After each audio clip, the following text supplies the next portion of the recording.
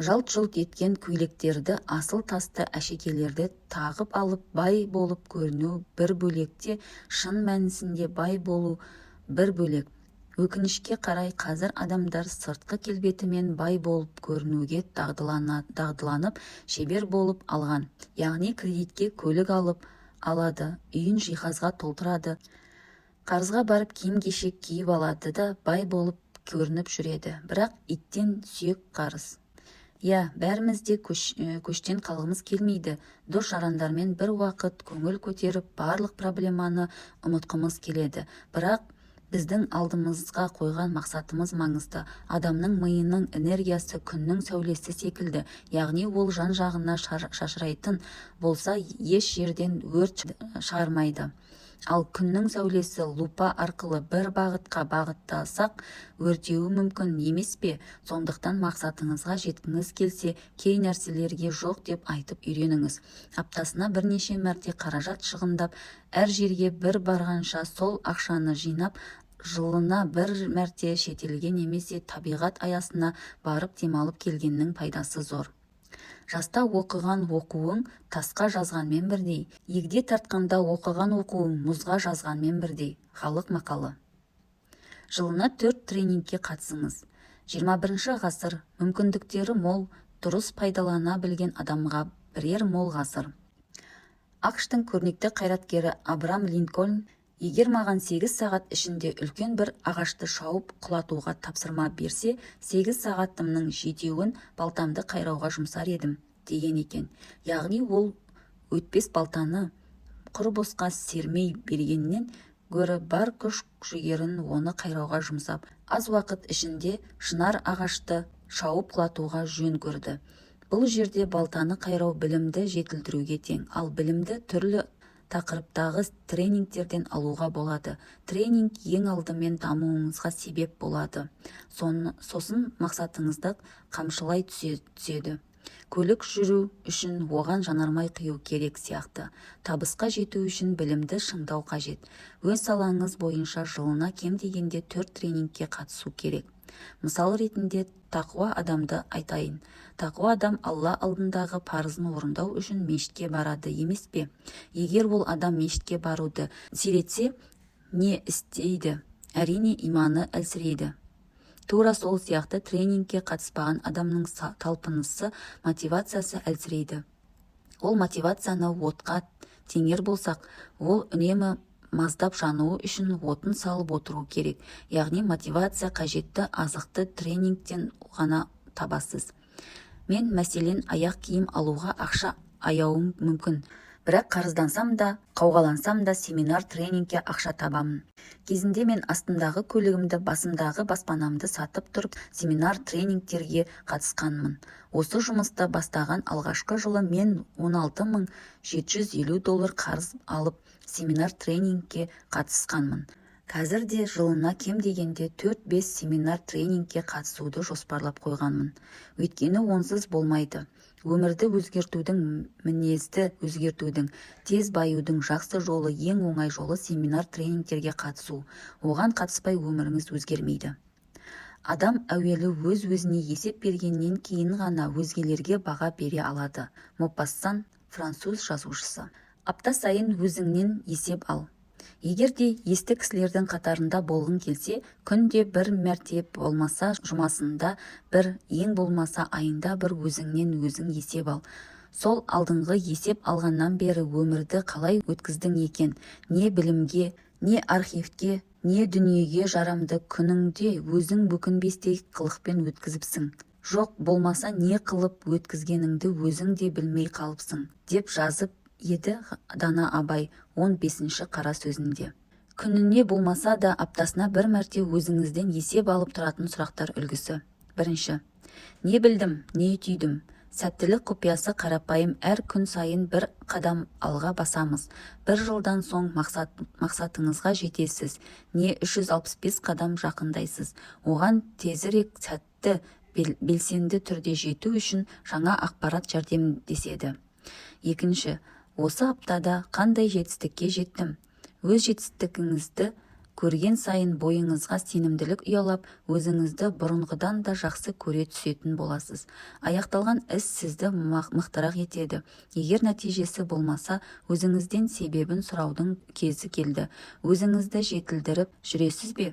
Үшінші, қашан тоқтадым? Уақытымды босқа құртып, қамсыз отырған кезім болды ма? Бұл миллионерлердің де басында болады. Бірақ осыны дер кезінде ескеріп, берекесіз уақытпен күрескендер ғана жеңіске жетеді. Осы аптада істелуі керек қай істі кейінге қалдырдым? Әр нәрсенің өз уақыты бар. Кей істе кейінге қалдыра тұруға да болады. Кейбірі кейінге қалса, көп нәрседен қол үзіп қаламыз. Мұндай іс әр аптада бар. Төртінші, кімге көмек көрсете аламын? Біреуге жақсылық жасасаңыз, қайтарымы 1000 есе болмақ. Оның айтқан алғысының өзі бақытқа жол ашады. Бесінші, сымбатымды сақтау үшін немесе салауатты өмір салтын ұстану үшін не істедім? Дене қуатқа толы болғанда күткеніңізден де көп аласыз. Алтыншы, жақын жуықтарыма қанша уақытымды бөлдім? Бәріміз өзіміз үшін және бізге жақын жандар үшін өмір сүреміз, ал олармен кемінде күніне 1 сағат араласып тұрудан жақсы не бар? Жетінші, қандай пайдасыз іспен айналыстым? Мүмкін ол істі доғарып, оның орнына уақытты бір мезгіл демалуға арнау керек шығар. Сегізінші, келесі апта менің өмірімнің ең соңғы аптасы болса не істер едім? Бұл сұрақ өмірдегі ең маңызды істі кейінге қалдырмауға көмектеседі. Президент халыққа әркімдер президентке жазбаша түрде мынаны істедім, мынаны істей алмадым деп жазбаша есеп береді. Ал адам өзіне есеп бере ме? Есеп беру деген ойша есеп беру емес, ол отырып алып өзіңе қағазға жазып тұрып есеп беру.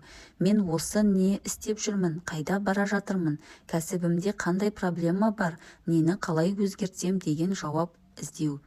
Есепсіз өмір мағынасыз өмір. Кей адамдар бизнесте неге құлады? Өйткені өз-өзіне есеп берген жоқ. Неге көтеріле алмайды? Өйткені өзіне өзі есеп бермейді. Міне, осы себепті жоғарыдағы сұрақтарға шынайы жауап берсеңіз, жаңа мүмкіндіктер мен үміттерге қол жеткізіп отырасыз. Осылайша ақырын жүріп, анық басып, барар жеріңізге тез жетіп аласыз. Біздің бақытымыздың 10-нан 9-ы денсаулығымызға байланысты. Артур Шопенгауэр. Спортпен айналыс. Салауатты өмір салтын ұстанып, түрлі аурудың алдын алуға болатынын жақсы білесіздер. Оның бәрі өзіңіздің қолыңызда. Мен сіздерге ауыр күйзеліске ұшырап, өз-өзіне қол жұмсағысы келген Клэр есімді ару жайлы баяндаймыз. Ол емдеу курсынан толық өткен соң өзінің өмірін түбегейлі өзгертуге бел буады. Клэрдің жағдайы өте ауыр болғандықтан өмір бойы дәрінің күшімен отыруға мәжбүр болады. Өйткені оған дофамин мен серотонин жетіспейді. Оған көнбеген өмірдей қыз бұл дерттің алдын алатын басқа амалдарды қарастыра бастайды. Бірде Клэр әйгілі Гиппократтың әртүрлі тақырыптағы жазбаларын оқып отырып, өзінің керекті күйзеліс жайлы айтқанын кездестіреді. Гиппократ өз жазбасында депрессиядан құтылу үшін жүзумен айналысуды, күн сайын жүгіруді әдетке айналдыруды, жалпы спортпен шұғылдану маңызды екенін айтады. Спорт көңіл күйді көтереді, өз-өзіңізді көңілді сезінуге көмектеседі.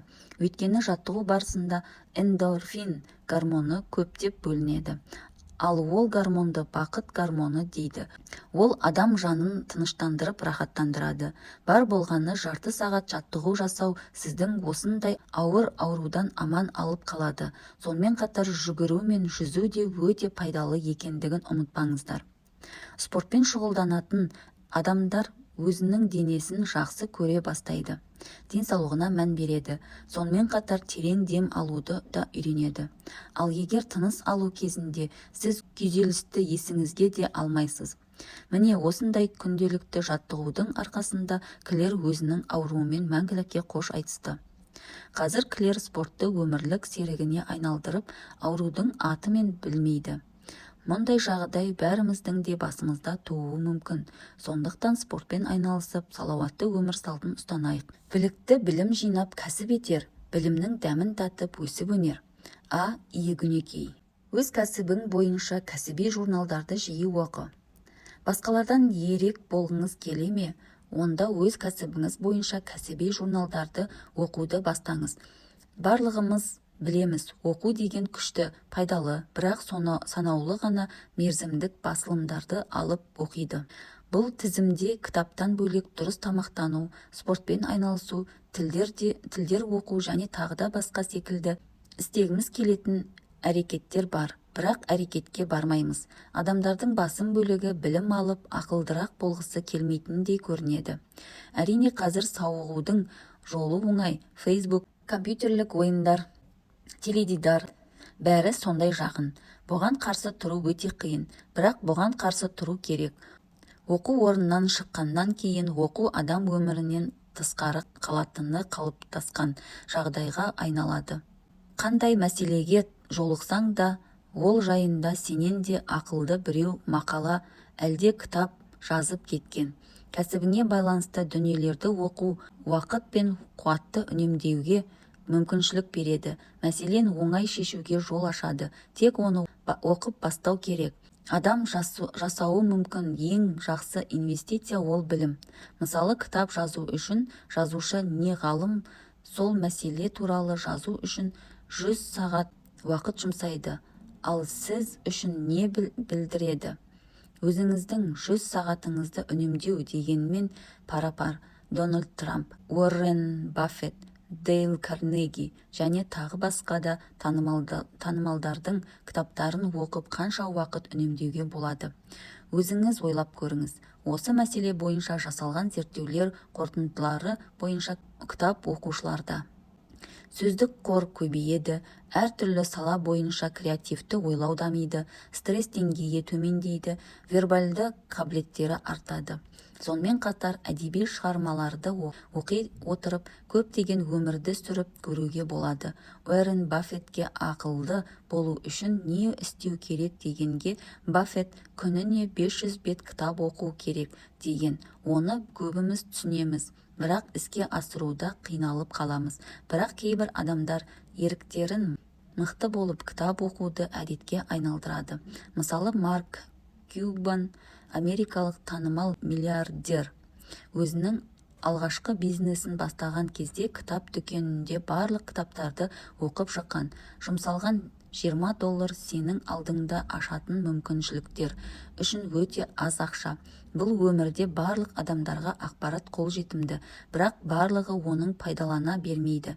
Шындығында адамдар айына бірнеше сағат қана оқиды. Күніне тұрақты түрде 50-100 бет оқып бастау аса қиын емес. Басқа адамдар оқитыннан көп оқуға тырысу керек. Жаңа көп ақпаратты біліп, оны пайдалана білу керек.